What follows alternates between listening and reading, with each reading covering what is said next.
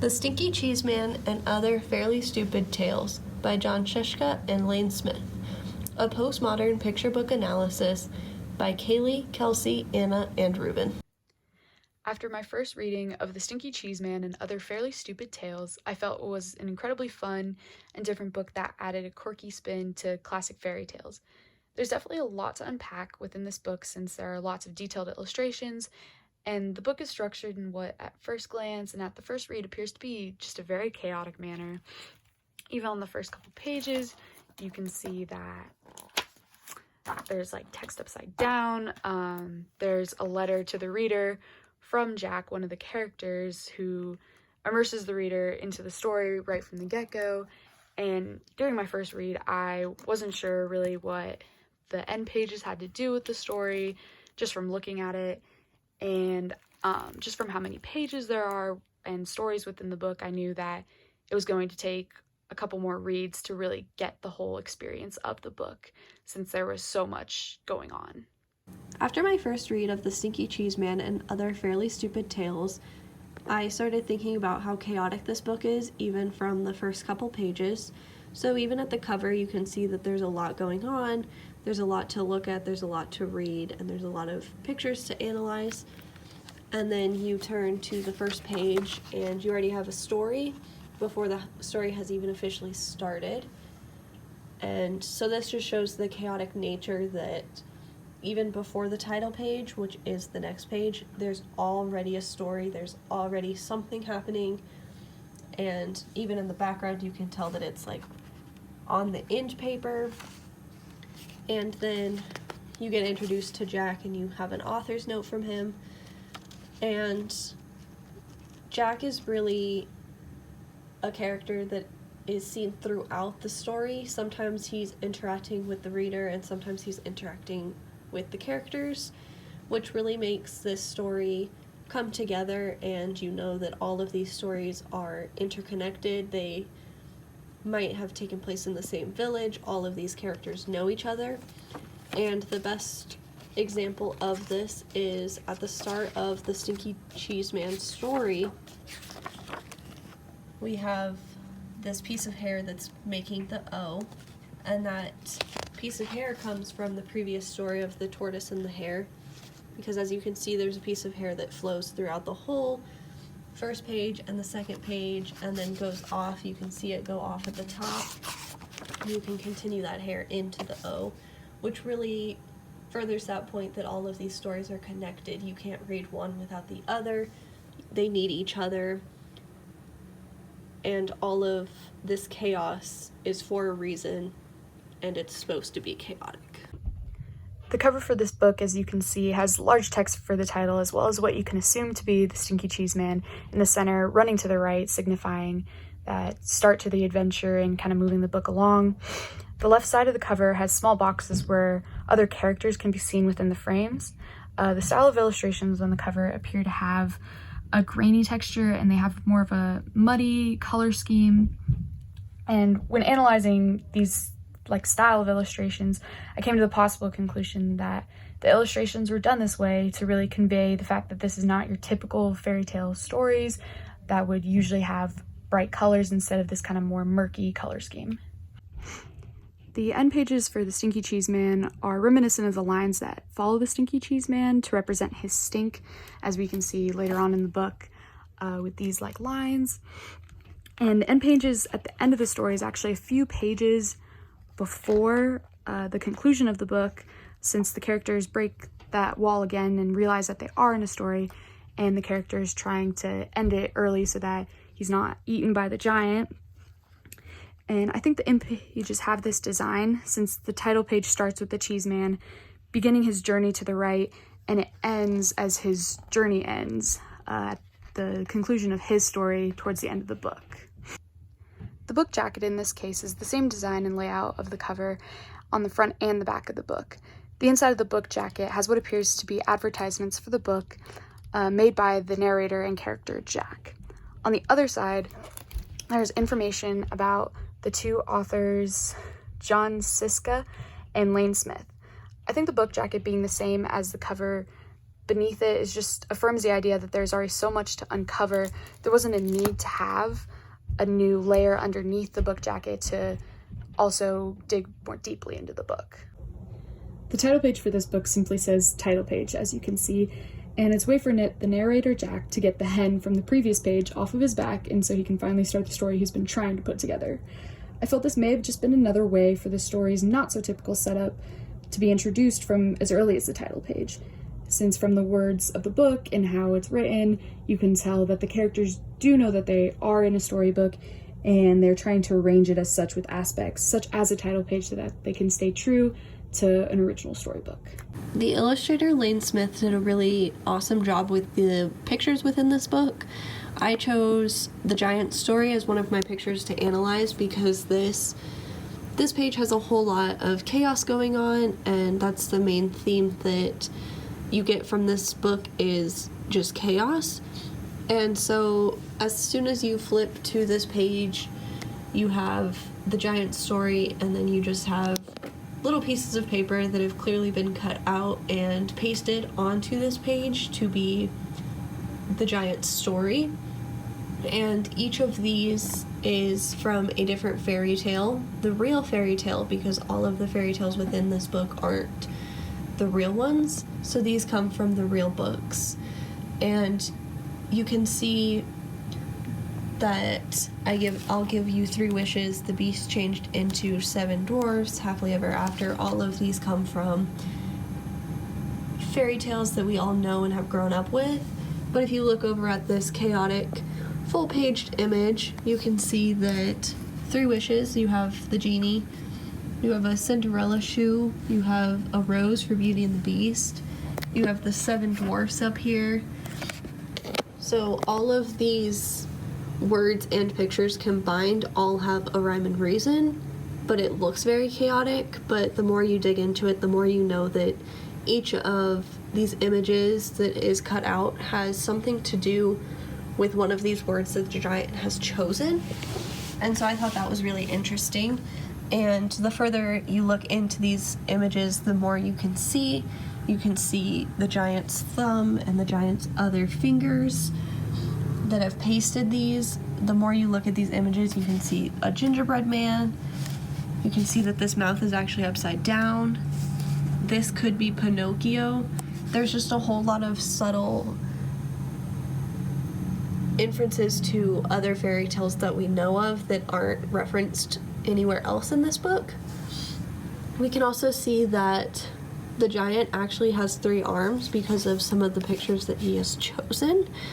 And so I thought that was really interesting. But the more you look at this page, the more you can pick out and the more that you notice. I also noticed on this page that there is not a whole lot of straight lines. If you look at these, there's straight lines at the ends because these were pieces of paper. But I think not having a whole lot of straight lines, especially Jack leaning over the page that's clearly bent over, just shows the chaos and that this book doesn't go in a chronological order. Like, this book isn't straightforward. There's a lot that you have to stop and look into to be able to further understand what is happening. And we can also tell that while this is the giant story right here, Jack interjects, and this is Jack talking to the giant, and we know this because of this is the text that we see throughout the other parts of the book, so we know that this is the part that we need to read to understand the pictures. And we also know that these words are very similar to the words that are used everywhere else, whereas this text is all different fonts, it's all different sizes, whereas here it's the same size. And on other pages the font size does change, but it's always looks like Times New Roman. It looks very nice and neat. Even though this book isn't nice and neat, it's very chaotic. This is another important image that we need to look at in the Stinky Cheese Man. This is after the creation of the Stinky Cheese Man, and he's running away. He's running towards the right, so he's running off into danger or adventure. As we can see, coming off of the Stinky Cheese Man are his stink lines. These are very important to notice because these are the end pages. And so This is important because this signifies that the Stinky Cheese Man is the main character, because he has the in pages, he's the main character on the cover. So it's very important to realize that the Stinky Cheese Man, while there are other characters within the story that we focus on, the Stinky Cheese Man is the main character. His stink lines are also melting the image itself, which is very interesting. It signifies that the Stinky Cheese Man is melting his own creations. He's even messing up the words, and he's made his creators pass out because of his stench. But if we go back to looking at the image, that it's not a full bleed because it doesn't take up the full 2 pages, but it does go between the boundary of the binding onto the second page. We can see the coloring is very dark. We can assume it's night, but where the Stinky Cheese Man is, it's brighter.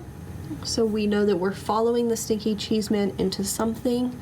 We can see back here that there's a cow, which is a little bit of foreshadowing, because there's a cow on the next page that the Stinky Cheese Man encounters. We also notice that the Stinky Cheese Man, he isn't as bright as a lot of the other characters that we've seen. This could signify that maybe he doesn't have the greatest intentions, but we don't know, we're never told. But he doesn't have super bright coloring. He's got a lot of dark, he's got some gray, some green, some black on him. And so it's just very important to notice all the coloring and the coloring differences between each character. And by the end, the Stinky Cheese Man, he never gets brighter. He stays that yellow, greenish, gray color until the end, when he is no more. So on the back dust jacket, we can see our author and illustrator. So our author chose a picture of George Washington instead of himself, and our illustrator chose a picture of Abraham Lincoln instead of himself. So our author, he's written a lot of other books. All of them are postmodern, and in his little bio you can kind of see his sense of humor, because he says that him and the illustrator Lane celebrate the Stinky Cheese Man's birthday on the second Monday of every Friday. And so that just really helps further the point that this book follows his own sense of humor. It's not something abnormal for him. He did this because he truly is this funny and truly has this sense of humor. And I found an interesting fact about him, that was he actually was studying pre-med in college, and he has a motto that is never underestimate the intelligence of your audience, because children can be silly and smart. And I thought that was really interesting that he has that motto because of this book, because I don't think that I realized that children would be able to understand a lot of these jokes. But after rereading it, I'm like, I definitely think a lot of these little kids would get these jokes. They would be able to see the fairy tales that they usually read in this one, and they probably would know more about them than me. So the illustrator Lane Smith, he has won a whole bunch of awards for his illustrations, and you can also see his sense of humor within his little bio as well. Him and John have a very similar sense of humor, which is why this book, I think, came out as great as it did, was because John was able to write a funny book, and Lane was able to illustrate the book and give it the same vibe that they both wanted. And you can see in Lane Smith's bio, he says that if he hadn't have been an illustrator, he probably would have grown up in a log cabin and become president. And so that just furthers the point that they're both two funny dudes, and both of them chose pictures of presidents instead of themselves to put in the back of their book. After completing my structural analysis of paratextual features for the Stinky Cheese Man and other fairly stupid tales, I came to the conclusion that through the cover, the book jacket, the end pages, the title page, even the words of the book, that the goal of it was to really immerse the reader into the stories with things such as the partial bleeds of the illustrations, the details within them, and especially the characters having that awareness that they are in a book and trying to set it up as such, with the example of the title page, him trying to place it in there because he knows a book should have it, as well as the end pages towards the end of the book being placed before the conclusion of the story to really outline that they wanted to end the book early so that they wouldn't get eaten, is just having that like awareness and bringing that reader closer to this book. And that was really the final impression I was left with after analysis of this book. After finishing the analysis of The Stinky Cheese Man and Other Fairly Stupid Tales and rereading it, I think that I now have a deeper understanding of the ironic characters within this book, and I also think that it's even funnier now that I've done the analysis because I notice a lot more of the little subtle things that if I wouldn't have had to look in depth on all the images, I probably would have missed.